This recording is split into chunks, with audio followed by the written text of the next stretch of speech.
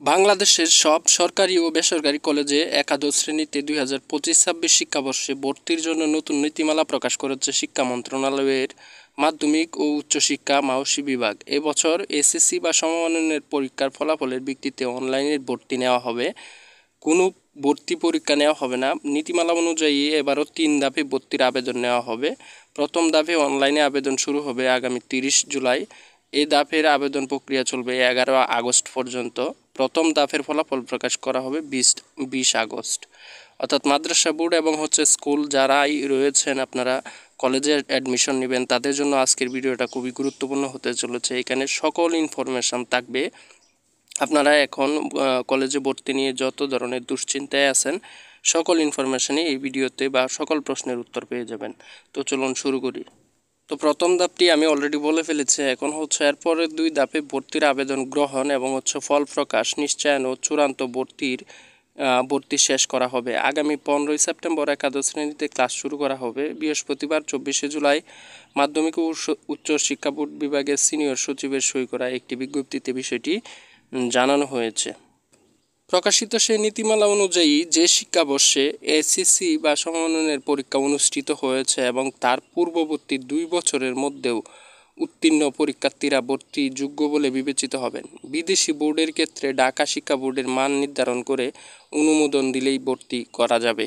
অর্থাৎ বিদেশি কোনো শিক্ষার্থী বা মনে করেন যে বিদেশ থেকে পড়াশোনা করে এসে আপনারা কলেজে অ্যাডমিশন নেওয়ার জন্য বাংলাদেশে আসছেন, তাদের ক্ষেত্রে ঢাকা শিক্ষা বোর্ডের মান নির্ধারণ করে আবেদন করতে হবে।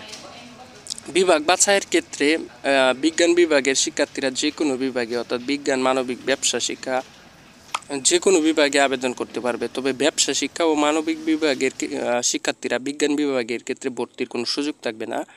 মাদ্রাসা ও কারিগরি শিক্ষা বোর্ড থেকে যারা এসএসসি বা দাখিল ভোকেশনালে উত্তীর্ণ শিক্ষার্থীরা সাধারণত বোর্ডের যে কোনো বিভাগে ভর্তির জন্য আবেদন করতে পারবেন। অর্থাৎ আপনারা যারা সায়েন্সে ছিলেন তারা আর্টস এবং কমার্স উভয়ে যাইতে পারবেন, কিন্তু আর্টস এবং কমার্সরা সায়েন্সে আসতে পারবেন না।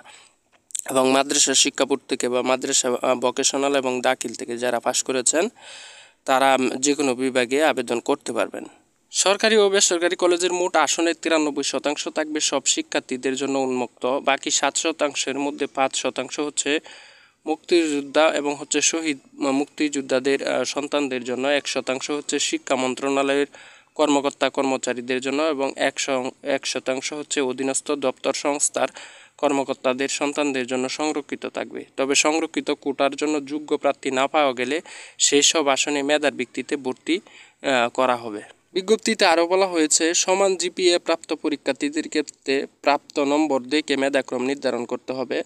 যদি নম্বরও সমান হয়, অর্থাৎ আপনার নম্বরও যদি আপনার সমান হয়ে যায়, এরকম হয় কাকতালীয়ভাবে, তাহলে বিজ্ঞান বিভাগের ক্ষেত্রে গণিত, জীববিজ্ঞান ও ইংরেজি এবং মানবিক ও ব্যবসা শাখার ক্ষেত্রে আপনার ইংরেজি, গণিত এবং বাংলা বিষয়ের নম্বর পর্যায়ক্রমে বিবেচনায় নেওয়া হবে। অর্থাৎ আপনারা এই যদি কারো সেম নাম্বার থাকে এবং ভর্তির ক্ষেত্রে আপনার কাকে নেবে এই প্রতিদ্বন্দ্বী প্রশ্ন আসে, তাহলে আপনাদের পর্যায়ক্রমিক নাম্বারগুলোকে মেলানো হবে। আপনারা যদি এই বিষয়গুলোতে ভালো করে থাকেন, যে ভালো করবে তাকে অগ্রাধিকার দেওয়া হবে, যদিও পয়েন্ট তাদের এক। একই কলেজে এসএসসি পাস করা শিক্ষার্থীরা তাদের নিজস্ব কলেজে নির্ধারিত বিভাগে অগ্রাধিকারের ভিত্তিতে ভর্তি হতে পারবেন। সেক্ষেত্রে সংশ্লিষ্ট বিভাগের আসন পূরণ করার পর অবশিষ্ট আসনের বাইরের শিক্ষার্থীদের ভর্তি করা যাবে। ভর্তি প্রক্রিয়া পুরোপুরি অনলাইনে সম্পন্ন করতে হবে এবং কাজগুলো নিজস্ব ওয়েবসাইট ও নোটিশ বোর্ডে ভর্তি সংক্রান্ত যাবতীয় তথ্য প্রকাশ করতে হবে। ভর্তি সংক্রান্ত ফি নির্ধারণ করবে আন্তঃশিক্ষা বোর্ডের সমন্বয়ক কমিটি এবং তা মাধ্যমিক ও উচ্চ শিক্ষা বিভাগের অনুমোদন সাপেক্ষে প্রজ্ঞাপন আকারে প্রকাশ করা হবে। অনুমোদিত ফির অতিরিক্ত অর্থ গ্রহণ করা যাবে না এবং রসিদ ছাড়া কোনো প্রকার ফি গ্রহণ করা নিষিদ্ধ। অর্থাৎ আপনারা রসিদ ছাড়া ফি দিবেন না এবং আপনারা ফি নিতেও পারবে না, এরকম আপনাদের নির্দেশ দেওয়া হয়েছে। ভর্তির শেষে কলেজ পরিবর্তনের সুযোগ থাকলেও অন্য বিভাগ থেকে বিজ্ঞান বিভাগে ফিরে আসার সুযোগ থাকবে না। একইভাবে বিজ্ঞান বিভাগে ভর্তি হওয়ার পর অন্য বিভাগে যাওয়া গেলেও বিজ্ঞান বিভাগে আর ফিরে আসা যাবে না। অর্থাৎ আপনি যদি বিজ্ঞান বিভাগ থেকে পরবর্তী অন্য বিভাগে যান, কিন্তু আবার যদি চেষ্টা করেন বিজ্ঞান বিভাগে ফিরে আসতে পারবেন না এবং ভর্তির জন্য যদি আপনি আপনার বিভাগ চেঞ্জ করেন, পরবর্তীতে ওই বিভাগে ফিরে আসতে পারবেন না। সেই সঙ্গে বোর্ডের অনুমতি ছাড়া কলেজের শিক্ষার্থীকে ছাড়পত্র বা টিসি দিতে পারবে না কোনো কলেজ, এবং অন্য প্রতিষ্ঠান সেই ছাড়পত্র দেখিয়ে ভর্তি নেওয়া যাবে না। বোর্ডের অনুমতি সাপেক্ষে ছাড়পত্র দেওয়া ও গ্রহণ করা সংক্রান্ত তথ্য 15 দিনের মধ্যে বোর্ডে জমা দিতে হবে। নীতিমালায় আরও বলা হয়েছে, কোনো কলেজ যদি অনুমোদিত না হয় বা অনুমোদনহীন ক্যাম্পাসে কোনো বিষয়ে ভর্তির কার্যক্রম চালায়, তবে তাদের স্বীকৃতি ও এমপিও বাতিলের উদ্যোগ নেওয়া হবে। সরকারি কলেজের ক্ষেত্রেও নীতিমালা লঙ্ঘনের প্রমাণ মিললে বিধি অনুযায়ী ব্যবস্থা গ্রহণ করা হবে। অর্থাৎ এইখানে বোঝানো হয়েছে এটাই, যে যদি আবেদন ছাড়াও অনেক কলেজ রয়েছে, বেসরকারি কলেজ রয়েছে, যারা ক্ষমতা এবং টাকার জন্য ভর্তি নিয়ে নেই, এটা করা যাবে না, সম্পূর্ণ নিষেধ করা হয়েছে এটা। নতুন নীতিমালাটি দেশের সব কলেজের 2025-26 শিক্ষাবর্ষের একাদশ শ্রেণীতে ভর্তির কার্যক্রমের ক্ষেত্রে প্রযোজ্য হবে। এসএসসি ও সমমানের পরীক্ষায় ফল প্রকাশের 45 কার্যদিবসের মধ্যে অনলাইনে আবেদন, মেধা তালিকা প্রকাশ, ভর্তি ও ক্লাস শুরু পর্যন্ত সকল কার্যক্রম শেষ করতে হবে বলেও নির্দেশনা দেওয়া হয়েছে।